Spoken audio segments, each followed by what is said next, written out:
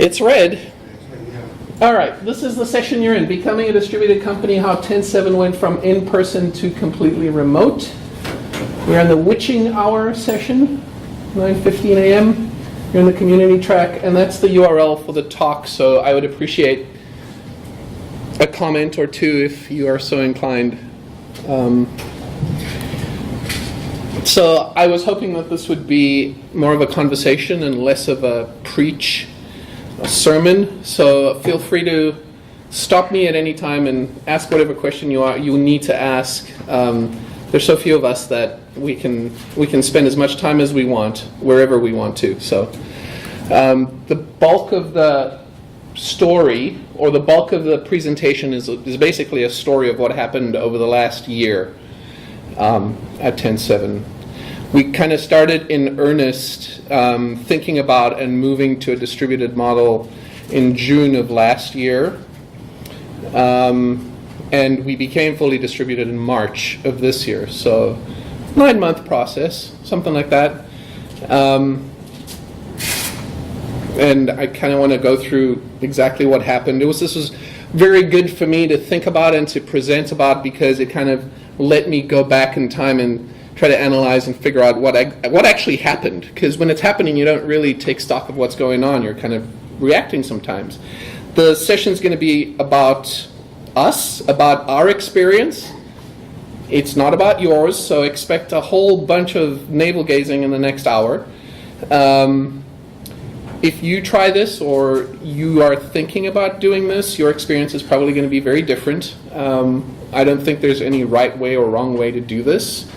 My hope is that you learn at least one thing from the session. Whatever that is, maybe there's more than one. So, who am I? I'm Ivan Stegic. I grew up in South Africa. I was born in Johannesburg, and that is a picture of my first computer.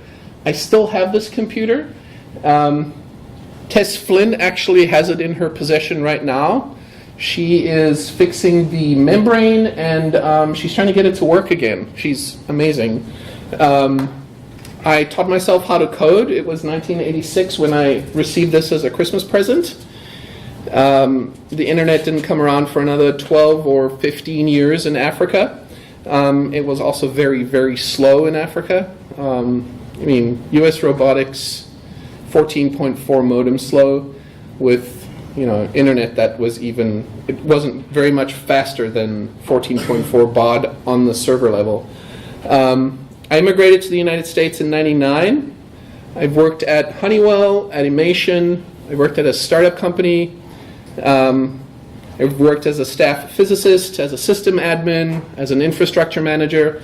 I don't have any formal training in software of any kind. It's all self-taught.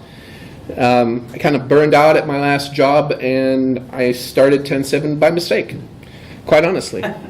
I did. That's kind of the story. Why am I qualified to give you this talk? I'm not. I've tried everything I can in taking TEN7 to where it's at to do as much experimentation as I possibly can with everything we do. Why did we become distributed?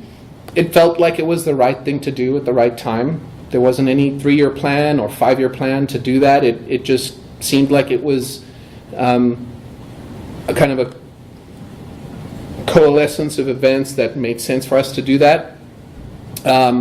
We were lucky because we had the luxury of owning our own space downtown, so we weren't beholden to a lease from a landlord, and so it kind of gave us the ability to experiment, because if it didn't work out, we could always come back. If it did work out, we could think about what we're going to do with the property. Lease it, do whatever we need to do. What about TEN7? What about us? Who are we? I like to think of ourselves as a web strategy company that focuses on Drupal.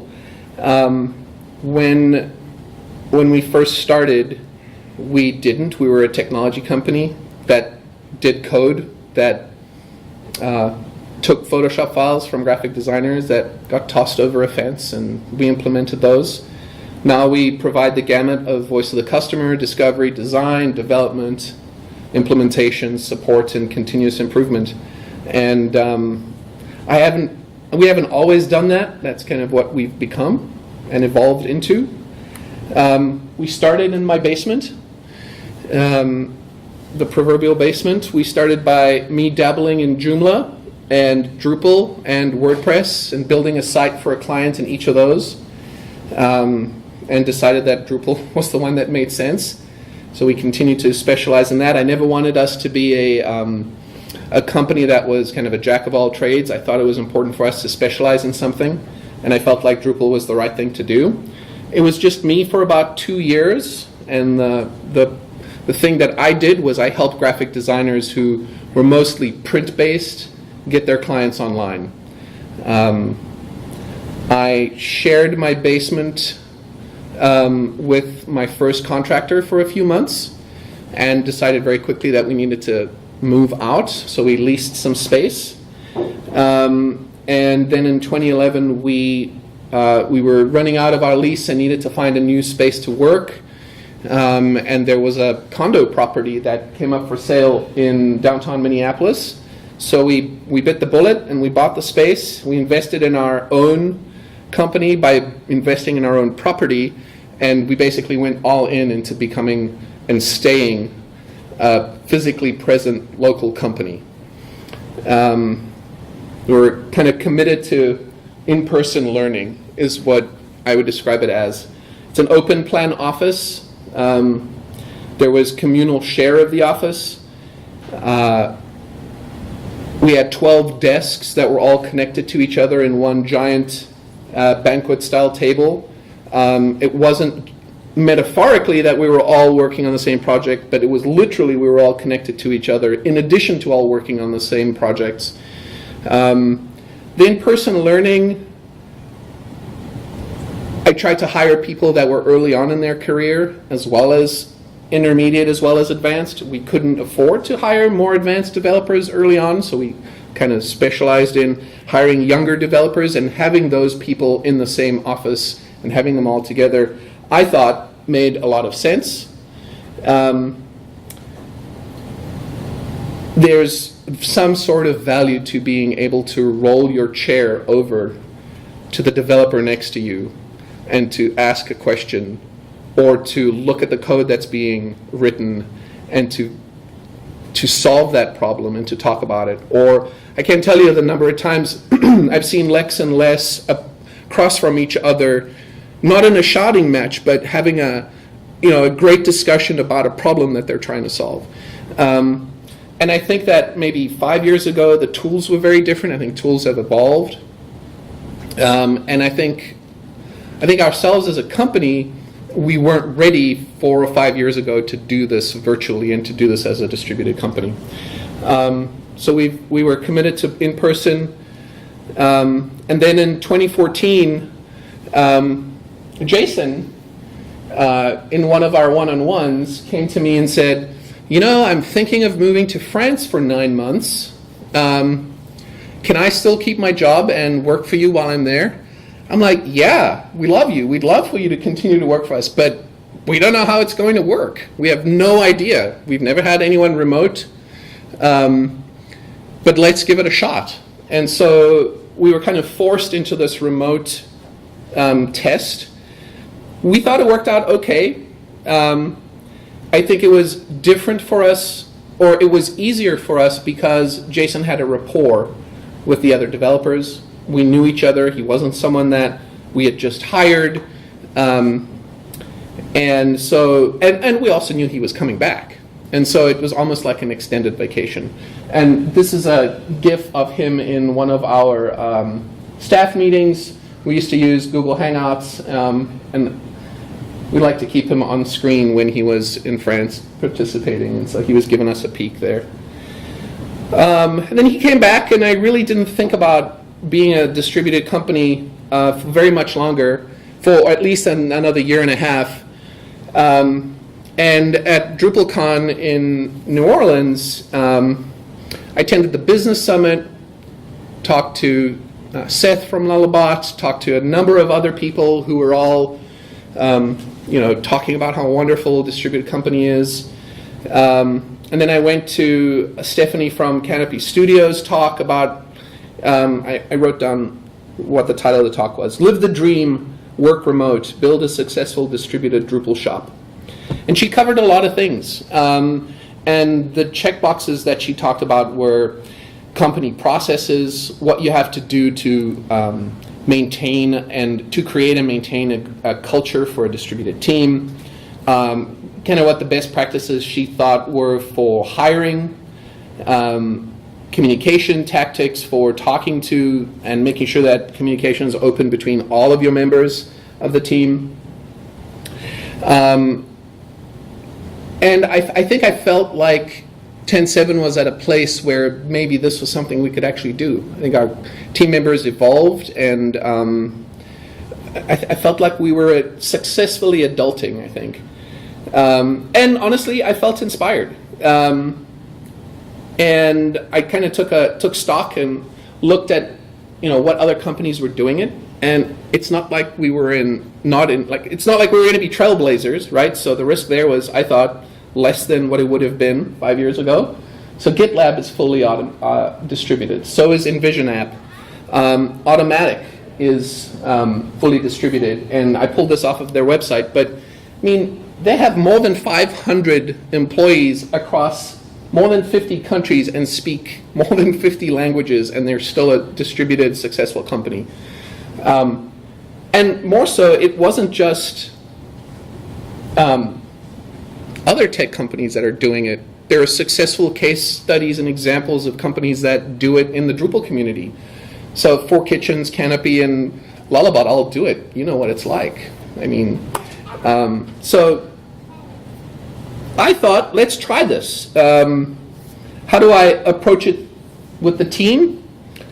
My idea was to talk to them at the Monday morning staff meeting, float the idea of maybe working from home once a week, all at the same time. People had worked from home in the past, so we'd had that experience. I'd often thought that working from home was code for I'm having an interview with another company.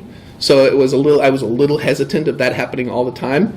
But I think it's important to trust the people that you're working with. So I kind of had to get over myself. So I brought it to the staff meeting. It was a Monday morning. There weren't pitchforks or riots, but I think there was surprise and a little bit of hesitation. We talked about it as a team. We talked about what we thought the next 2 years would look like. We talked about becoming what I called a hybrid organization, which was some people work in the office, some people work at home. Maybe those that work in the office work at home some of the time. I think I got the name from Todd Ross when I talked to him at Drupal Camp 2015, 2014. I think they were going through approximately the same thing at that time, much earlier. And after we talked about it as an organization, we decided that we would try it. So I think the idea here is you want to experiment. We thought it would work.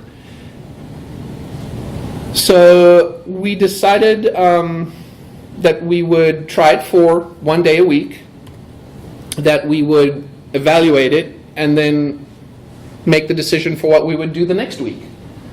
So we started with one Friday every 2 weeks, and every Monday we would evaluate how it went. And these are screenshots from our staff meeting notes. So every Monday we have a staff meeting, we have an agenda, we go through things. And so we added this bulleted list of, what does the next 2 weeks look like? And so we started with one Friday a week, one Friday every 2 weeks, then one Friday every week. And then we added Wednesday. And sometimes it just so happened that people were out of the office or there was TC Drupal Camp. So then we would see each other all of the days of the week and at camp. And then we started doing Wednesday and Friday, and then occasionally we'd do Tuesday and Friday because there was a holiday. And we did Wednesday and Friday as well there. I put this slide in because I was going through some physical therapy, and it was much easier for me to go to therapy and go home afterwards. So people took advantage of the option of working from home when they had other life events as well, which turns out is a great benefit if you're distributed, or if you have pets, or a new puppy, or a new baby, or it really helps. And then we switched from Wednesdays and Fridays to Tuesdays and Thursdays. And we did that because why did we do that? Oh, we did that because of deployments, and we felt like we weren't seeing enough of each other in a row or alternating. So Tuesdays and Thursdays work better for us because we'd be in the office, not in the office, in the office, not in the office, in the office. And Fridays just felt like we were throwing half of those days away sometimes. So that worked better for us. It might not work better for you. And I think this ended up being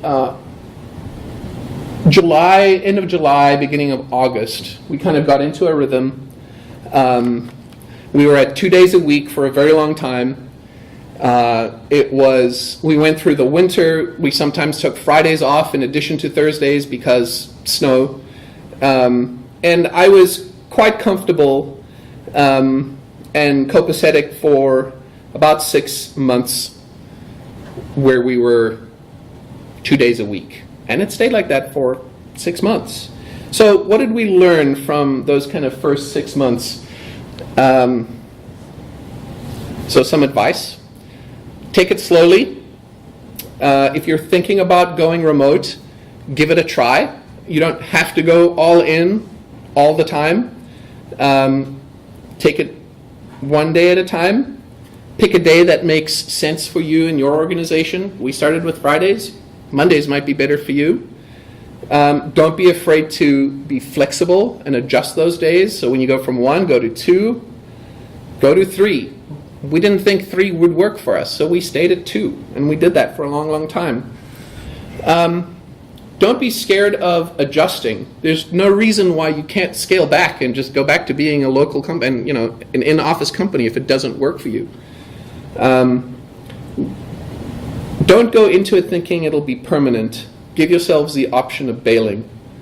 So when we had our staff meetings on Mondays, I would always say, we're still evaluating this, we're still experimenting. If we go to 2 days and it doesn't work for us, we can go back to 1 or we can go back to none. Give yourselves that flexibility. Make sure you have a dedicated workspace at home.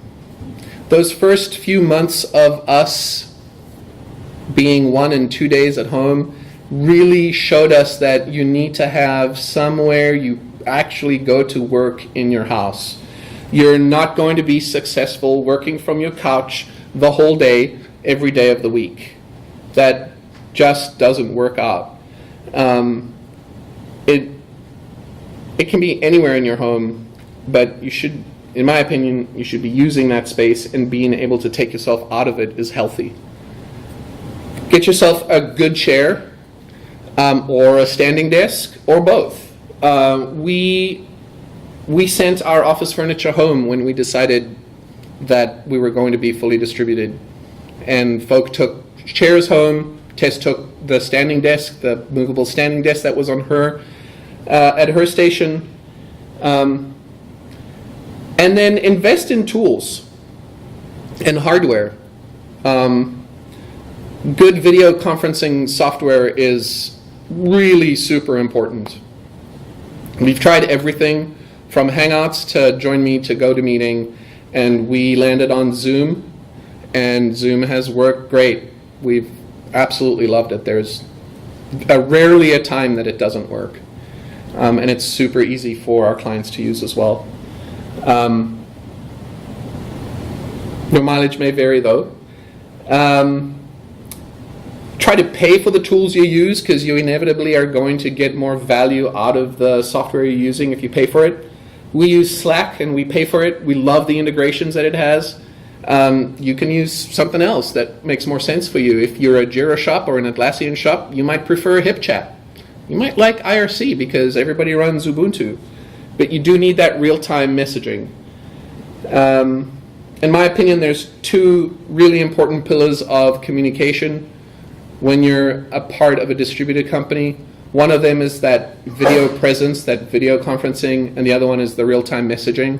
If you don't have those two, you're probably going to suffer as an organization.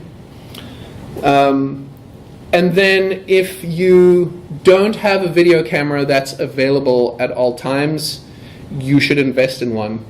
If you have screens that don't have video cameras and you have your laptop closed and plugged in, get yourself an external video camera. Having a video conference with someone and having the video turned on is far more superior to not. And when you have an 8-member team and one of them has a gray screen and everybody else has their video switched on, you're just not on equal footing. So invest in that hardware. So we were 2 days a week for about 6 months. And then one of my team members brought up the idea that he wanted to try something extreme. And this was in, I think, February. This is one of his backgrounds. And I don't know if you can tell who that is, but it's Lex. He suggested that he wanted to spend the whole week at home, not just 2 days. I was nervous and hesitant because I'd grown accustomed to Tuesdays and Thursdays at home, and it was working out for me. I was worried that this would be like letting a genie out of a lamp, that there'd be no putting that genie back in. But then I had to remind myself that we're all adults and that trust is really important, and that what would be a reason that I could say no to Lex wanting to stay at home? Like, there isn't any good reason to do that. I mean, not unless his job is being affected, which it wasn't. So I told him that I would love to see his mug in the office once a month at least. And we even had that scheduled on Google Calendar out for a year. And then I got home and I remembered that on Monday nights and Wednesday nights, I really looked forward to walking upstairs to my office.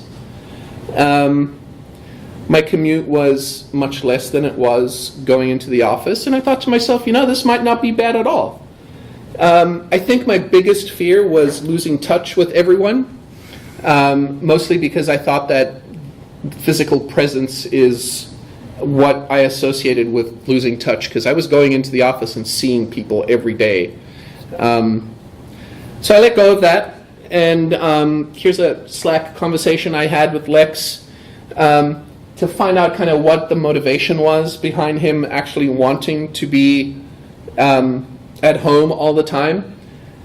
It turns out that he actually wanted to be more productive, not less productive. It really cuts down on wasted time. Driving in, setting up, getting coffee, doing the stand-up, then starting to work is an hour and a half worth of time in the morning. And in winters, it can be a pain. And we were concerned with number of billable hours, as any business is concerned. And quite frankly, Lex said that he could get those billable hours and then some if he worked at home, because he wouldn't have these bookends on the day. So we tried it. Lex was at home for the week, then another week. We'd see him on Slack. We'd be at home on Tuesdays and Thursdays, so we were all participating in being distributed. We'd see him in Zoom as before. So really, it was just those extra 3 days that we didn't see him. We liked it. There really weren't any red flags. We kind of asked ourselves what we would be missing besides his face in the office. And we really couldn't think of anything. We asked ourselves what our clients would be missing and tried to think about when the last time we actually had an in-person meeting with our clients was. And we really couldn't. I think it was more than a year that we had had a meeting in our office with the client. And the idea was, If you really needed to meet with your clients in person and they weren't going to do video conference or audio conference, you can visit your clients in their office. Would we be missing having an office that gives us legitimacy? Because that was one of the things when we first invested in the space was, okay, now we have an office that we can call our own. This makes us a real business, right? It turns out that really it doesn't. It's nice having an address and a space, but your business is the people that are a part of it. And if you have a why statement and values, and you know what your culture is, and you know what people are getting together for every day, you really don't need brick and mortar to make that legitimate. You can do it anywhere. So we liked it enough that we decided to give it a go ourselves. So we decided we would try it out and see what happened, and we did that for 1 week. And we came back on Monday, that was the 6th of March. We had planned to be remote 3 days a week, and then Friday we were going to come in and the big decision that we were going to be fully distributed was on Monday. So on Monday we said, let's do it. When's our last day going to be? And people looked at each other and said, well, I suppose today's the last day. And then I pointed out that we actually had some headshots and team photos that we were going to take on Friday, so it turned out actually Friday would be the last day. So we worked from home Tuesday, Wednesday, Thursday, and Friday we all came in and started packing up our computers, did some headshots, and went home forever. And that's a picture from the last day in the office. And so now we're fully distributed. So it's all good, right? Well, mostly, yes, it's all good, but the work doesn't stop. The work's a little different. For me, the work is never done to make sure that the humans I'm working with and the humans I'm working for are happy. And I feel like that's my job. The dynamics are different. So it's a little harder to read body language through a video cam. There are different things you have to think about. But we're all adults, and I keep reminding myself that we should all be trusting each other to do our job and to do the things that we're passionate about. So here are some of the challenges we've had and experienced. There are other challenges that we haven't experienced yet, maybe we won't experience. You can Google challenges of being in a distributed company and you will get lists and lists of things that you have to be concerned about. I'm just going to talk about 2 of them that we've had thoughts about and challenges around and how we've addressed them, and then I want to talk about the strategies that we've taken to try to keep the culture that we have and the process that we had in person in a distributed company. So one of the things is mentoring. When you have proximity and you're sitting down next to someone who's better than you or knows something different than you that you're trying to learn from, I've always trusted that organically, somehow, through osmosis, that is going to transfer from one person to another. Having 2 developers or a developer and a designer sitting next to each other, that physical proximity makes a difference. You don't have that when you're distributed. So you have to be more deliberate about those interactions. So some of the things that, and honestly, I don't have a good solution for how you do mentoring for a distributed company, but I do have some things that we're doing. So we're continuing our one-on-ones. We do a one-on-one every month, once a week. I talk to every person in the company for half an hour. We're still doing those via Zoom video.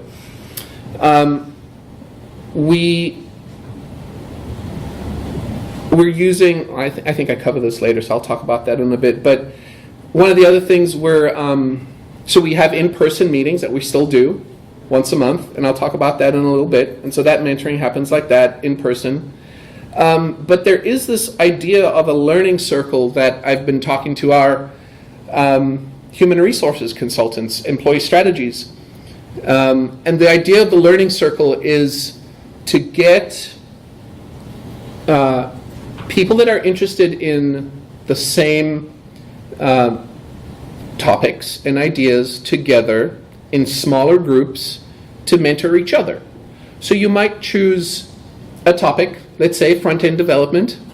You might have someone who's interested in a particular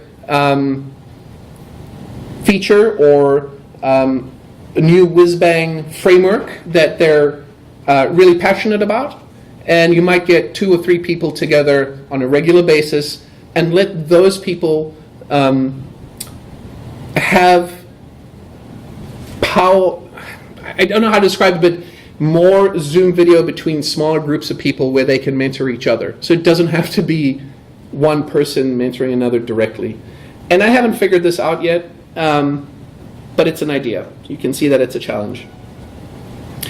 Another challenge that we've struggled with is isolation. Loneliness is a real problem. You spend an awful lot of time at your computer in your house. You live in your house. There are ways to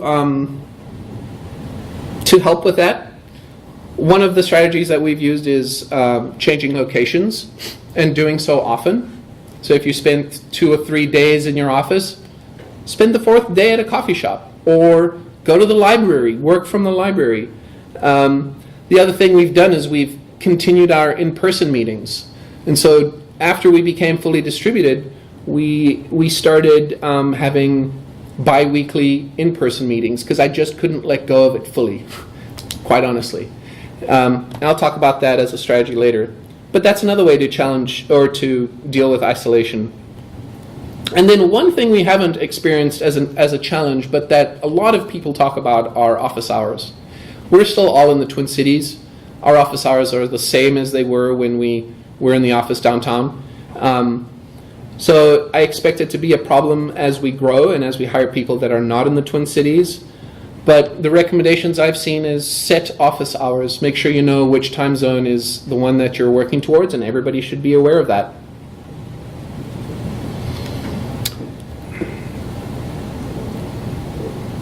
So here's some strategies we're using to keep on top of ourselves. So we still have in-person time, as I alluded to earlier. We started by having 4-hour bi-weekly sessions on Fridays. So Friday afternoons, we would get together at the library and we would see each other, and what would inevitably happen is we would all sit around the desks at the library and we'd continue working on our own thing.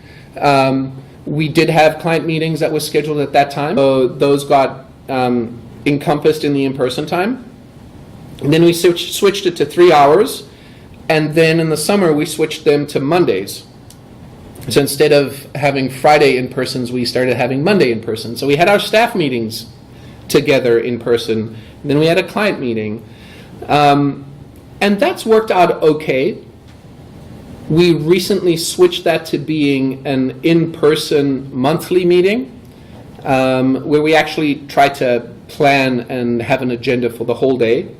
We're having our first one next Friday, and the idea is let's work on things together. Maybe there's a part of our website that we'd like to upgrade, and we all have an idea about how we're going to approach that. So we'll work on that. We're planning lightning talks as well. So we have, I think, 6 or 7 lightning talks set up for one of the hours. There's some demos set up. So the idea is have the in-person, have it for a whole day, and plan it in advance so that you're not just getting together for the sake of getting together. And then we also try to get together at things like Drupal Happy Hour and TC Drupal Camp. That's also important in-person time. We took stock of our values and had a retreat with employee strategies and decided that our values did not need to change because we became a distributed company, that it just meant that we would need to be cognizant of how we were treating each other using a different medium. And honestly, that really didn't change very much either. If you don't know what your values are, and you're running a company, you should really consult a professional. I don't think we could have become a distributed company 3 or 4 years ago when we didn't exactly know what our why statement was, when we didn't have kind of a good handle about what we were about. And I think that made it a whole lot more of a smoother process for us, knowing what these were. My focus has been on the humans in our company. I think that one of the strategies you need to have as you become a distributed company is to make sure you have one team member that's responsible for the human aspect of the business, and I'm lucky enough to be able to do that at TEN7. And then something we started using when, I think we started this in April, we started using a service called Know Your Company, and Lullabout knows about it because I've seen them talk about it. But Know Your Company is a software tool that allows owners like myself and management to get honest feedback from employees and to better know your company and help it through its growing pains. It's a very simple, very easy to use tool. It's typically by email. They just added Slack integration. I don't know if you saw that. So the questions that come via email are now, you can switch on the Slack integration and they'll show up in a private message from Know Your Company. That's actually increased our engagement, I want to say by twofold, which is great.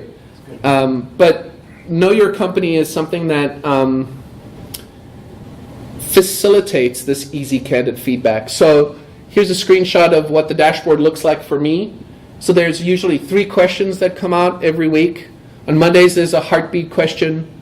On Wednesdays, there's a yes, no, kind of a binary question that's regarding the business. And on Friday, there's usually some sort of a fun question. So, got a favorite recipe to share? Or have you ever met anyone famous? I've met Al Franken in a bathroom in Minneapolis. It was cool. I told him I loved him, but he was like, thanks. He has to use the bathroom too. Yeah, he does. Everybody poops. You know that book, right? Right. It's true. So Know Your Company is awesome. I think it was the right time for us to start using it. I would highly encourage you use it. If you're in a large organization, get your managers to use it. If you are a manager, seriously consider using it. It's been invaluable to me. So that's another strategy. And we're continuing to do our monthly one-on-ones. We Zoom religiously with everyone. I spend about 5 hours a month doing that. It's sometimes tiring at the end of those 5 sessions because we do them bang, bang, bang from 12:30 or 1 o'clock through 5. But it's really important, and we did this prior to being distributed. We're not doing it as we're distributed, and I think that's an important strategy as well. And that's about all the advice I have. My last slide, my second to last slide, is if you're going to take away one thing from the session, it's the word adjust. And being flexible is important, being persistent is important, and giving yourself permission to fail is also important. And if you decide that you're going to look to become distributed, try it. Try it once a day or once a week. And if it doesn't work, go back. If it does, try it some more. Adjust your expectations, adjust your behavior. We experimented, I think we adjusted, and so far it's been pretty great, I think. So thank you for listening to me and for my very personal thoughts here. There's a URL that I'd love to have you provide some constructive feedback to. Nobody stopped me. I just talked for a long time. That's fine. But I would love to hear any questions if you do have any. Yes? Office hours. Do you all work 9 to 5 or something like that? Or do you have core time like 10 to 3 and adjust it either way as you wish? We have core time. Everyone that is creating something, working on a project, has a stand-up at 9:30. So everybody's required to be in the stand-up. And if you start your day at 9:30, great. Our core hours are 9 to 3. Some people stay on till 6. Some people start at 6. I like to log in at 7. Jonathan likes to be in early as well. So we use Slack. We have an attendance channel in Slack. And when we're available and when we're starting our day, we'll wave in the channel or say where we are. So you see that channel start to fill up by about 9:30, and then as people take breaks or leave for the day, they'll announce that they're going out. Yes? So when your one employee was in France for those months, how were 4 hours handled then? What did he have to keep? We modified when our staff meeting was, so that he could be in attendance. He had the only requirement we had from Jason was that he was around for at least 3 hours when everyone else was around. And the only reason we did that was so that there could be a backwards and forwards of questions. I am having trouble with this issue. What do you think? Or so that there was some sort of knowledge transfer. And it was easy while he was in France. If he had been in India, that might have been a whole lot more different and difficult. The 7-hour difference isn't quite so bad. Yeah. Yeah. I know if it were me, I'd catch the first plane here myself. We're remote now. Yes. See ya. I think it's interesting. You kind of have a model of like a locally distributed company in a way. Yeah. Which is kind of interesting and a little bit different than what we're doing at Lullabot, because we're in lots of different places, which has different challenges and things like that. So just curious if that's something that you see going forward, that's a focus for you, is like a local distribution. No, we're not going to be locally distributed. I think that's an artifact of the fact that we were local. It's not our intention to remain locally distributed. It's our intention to hire whoever we need to do whatever we need to. And in fact, that's one of the greatest benefits of becoming distributed is I don't have to be concerned about having someone in the metro region driving into the office and being able to have a smaller pool of people to work with.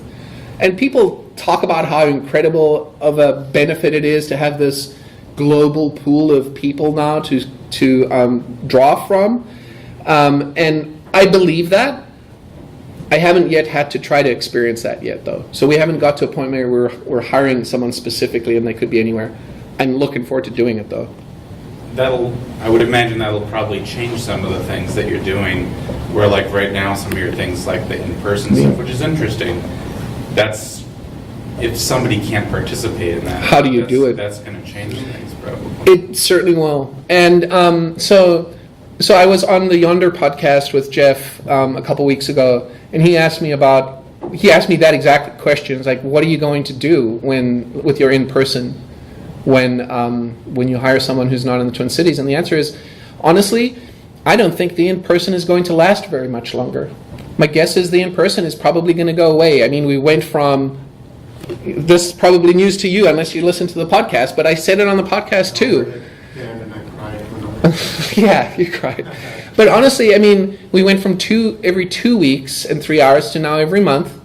And my guess is that that'll probably be replaced, and we'll see each other at DrupalCon and at a retreat. And sure, the people that are now in the Twin Cities will remain friends and probably see each other at happy hour and for, random dates. But when we have other people, it'll change. It'll be different.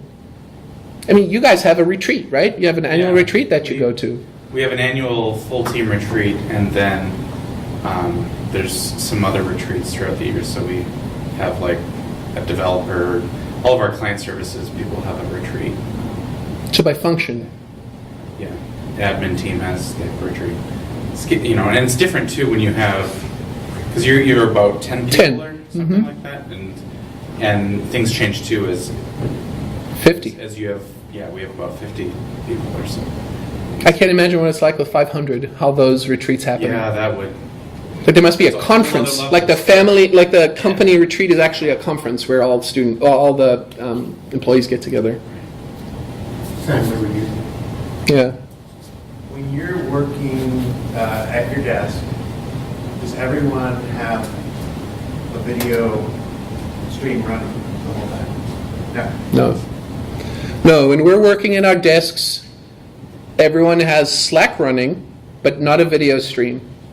And a lot of discussion happens in Slack. Right. And one of the things we discussed at our retreat, our mini retreat we had, was how does that behavior change when we're not in the office? Because when we're in the office, we would have that discussion in Slack, and Lex would be sitting right here, and Les would be sitting right there. Sure. And you could tell when someone would be frustrated with the conversation because they would just go like this, you know? And then they would talk, they would resolve it. You don't have that when you're at home. You just can't tell. And so the thing we talked about at the retreat was Zoom early. When you see that some conversation in Slack is taking too long or it's overly complex, just say Zoom ? And put a link in there. And when that happens, do the screen share, see each other, talk it through. It's not hard. Just default to it sooner. Do you find the conversations that take place over Zoom, is the flow and the dynamics, you find them different than the in-person conversation? I mean, what challenges do they present or not? So I haven't done a whole lot of code review or screen share of work in the last year or so I can't speak to that. I can put Lex's hat on, and I can hear him say, it's really not that different than being in person, because you still have those two big screens that you're using, you still have screen share, you can still have a video of your colleague on one screen and the code on the other screen, and they have that same view. And the video fidelity and the audio, there's no lag, and that is so important. So when you're saying, look here, highlighted this, the other person's seeing that. And I don't believe that there's any shortcomings to that. You're using like a good service. As long as you're using a good service and you have good connectivity. Because it's so frustrating, you know, people hangout conversations. Yeah, don't use Hangouts. Like, I mean, Personally, maybe use Hangouts, but I don't use Hangouts. Like Zoom is like as the Cadillac or the Ferrari or whatever. You know, it's in my experience, it's been great. Sometimes Jonathan has issues and I have issues, but that's more about connectivity than anything. Like you can see, there's a delay, right? it just requires risk. It just and that'll take, and that's not very often. What else did you try? Join Me. We were users of WebEx? GoToMeeting. It was GoToMeeting and they got acquired. So we used GoToMeeting for the longest time. That sucked. I did not like GoToMeeting. We still use Hangouts with one of our clients, but one time they couldn't get Hangouts to work, so we published a Zoom URL in Slack with them, and we've been using Zoom ever since. So it works out well. And what other one did we try? No, we didn't try Skype. You didn't try Slack video? Oh, we have tried Slack video, and yeah, it's not. It's too new. It's too new, I think. I think they added screen sharing recently. That was like a deal breaker because we inevitably always use screen sharing. But maybe Slack's video and screen sharing is going to become so awesome that we won't need to use Zoom.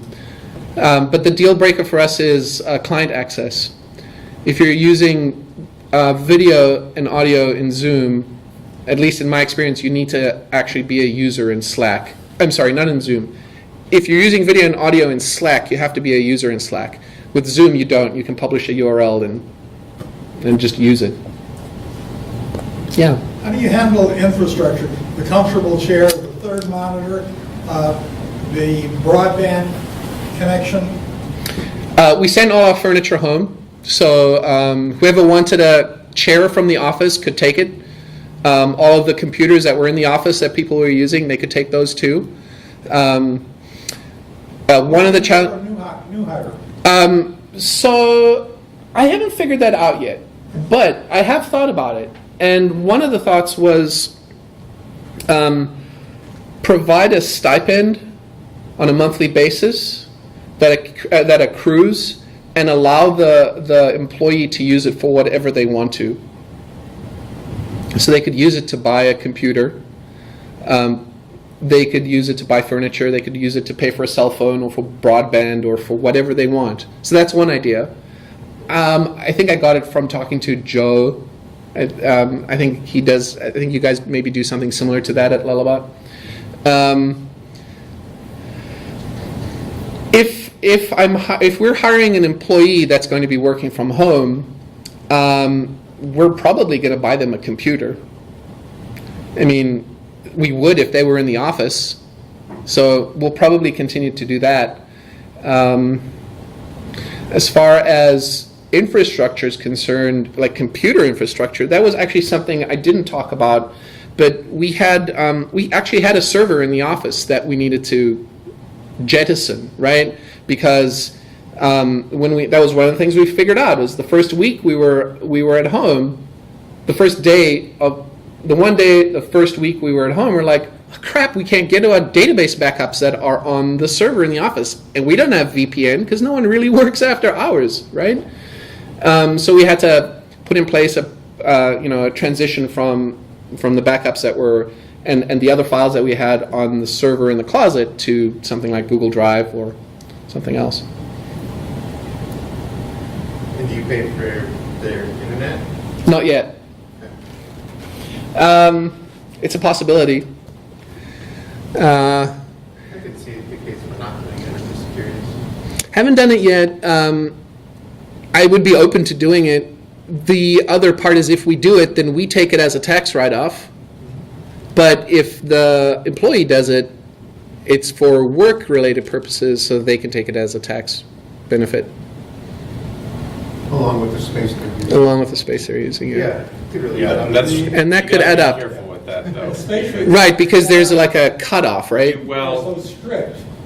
if you really need a dedicated space, if you want to do It has that, to be dedicated. though. and Can't be a corner on a road. and it's basically putting a red flag to have your taxes Audited. audited. So you got to be careful about it. I haven't done it because I know you say you need a dedicated space. I've got a recliner I use, and that's what I work out of. So does Lullabot, That's, doesn't pay for your internet? Like you said, we have a tax stipend, and people can use Ah. it how they choose to use it. So Can you give us some idea of what that is? $3 a month, $500 More a than- month? somewhere between those two numbers. So let's just say that. So, It's probably something reasonable that can cover probably internet and a phone is my guess. I mean, it's my guess, and I mean it's probably not $20 a month, and it's probably not $1,000. I would guess it's probably $200, $300 a month. Guess. So one other thing that we challenge that I don't know, just thought I'd share something Yeah. that we do for distributed is how to deal with the personal connections, the water cooler talk and stuff Yeah. like that, right? So like a few things that we do is we have a team call once on Monday mornings where people they can share things that they're working on for work, or they can share things like things that are going on in their life. So you can kind of just talk about stuff. Who does that? Like, do people actually share? Okay. And how many people are on the call? So we have to rotate it because you can't get everybody through. No. So everybody, it's probably about every 3 calls you get a turn, and then we have our management they're on every time to kind of share things going on with the business and stuff like that. And then because we have a larger company, then on Fridays we have a serendipity call is what we call it, where you get matched up with just a few people. So you have 4 or 5 people in a conversation, and it's just have a half an hour to chat. We have a question, I know your company kind of question to but it's usually To prime the just, phone. just chatting about how things are going and stuff like that. I like that, a serendipity call. And that's helpful because it's a smaller group of people. Then we have a couple times a week where there's like coffee talk times where if you want to, you can stop by and just chat. So to help with the personal connections and things. Hey, Mark. And I have a question for Mark. You guys are much larger than we are, obviously. How do you do in-person client work? Is that regional and you have Well, there's account managers? a lot of times at the beginning of a project, there might be a client on site Yep. where, it might not be the entire team, it might be some of the team, but we'll go on site for 1 to 3 days probably to work through some of the initial discussions. It's kind of like what Madeline and I did with, yeah. With great. And also, I wanted, someone asked about remote, we were talking about remote employees. Albeit a contractor, our UX wizard was in Colorado, and she's effectively been in our major projects all along via Zoom, and it's worked. It's true. I mean, she's been in town a couple of times because it's only 14 hours, only a 14-hour drive. But I think Zoom and Slack and our discipline are the 3 pillars of the success of our distribution. I do. And particularly Zoom. I think without it, having an effective real-time video chat opportunity wouldn't work. I agree. Well, thanks for your time and for the questions and for sharing. It's the end of the session. I press this button. Yes.